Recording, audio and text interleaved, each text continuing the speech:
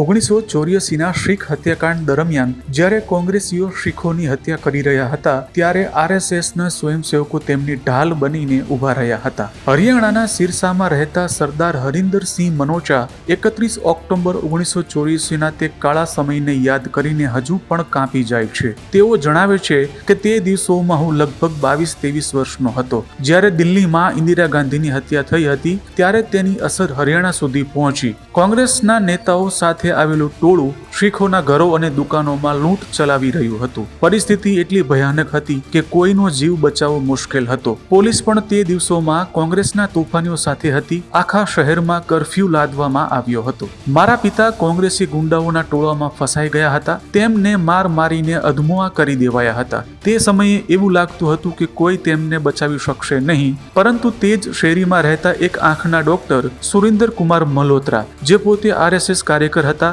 આગળ આવ્યા. તેમણે શેરીના લોકોને ભેગા કર્યા અને કહ્યું કે આપણે શેરીમાં રહેતા આપણા શીખ ભાઈઓનું રક્ષણ કરવું પડશે. ડોક્ટર મલ્હોત્રા અને આરએસએસના સ્વયંસેવકો ઘણા દિવસો સુધી હરિન્દરસિંહના પરિવારને મદદ કરી. તેમણે ખોરાક, દવા અને સુરક્ષા પૂરી પાડી. હરિન્દરસિંહ કહે છે, તે દિવસોમાં આરએસએસના સ્વયંસેવકોએ મારા ઘા પર જે મલમ લગાવ્યો હતો તે હું ક્યારેય ભૂલી શક્યો નથી.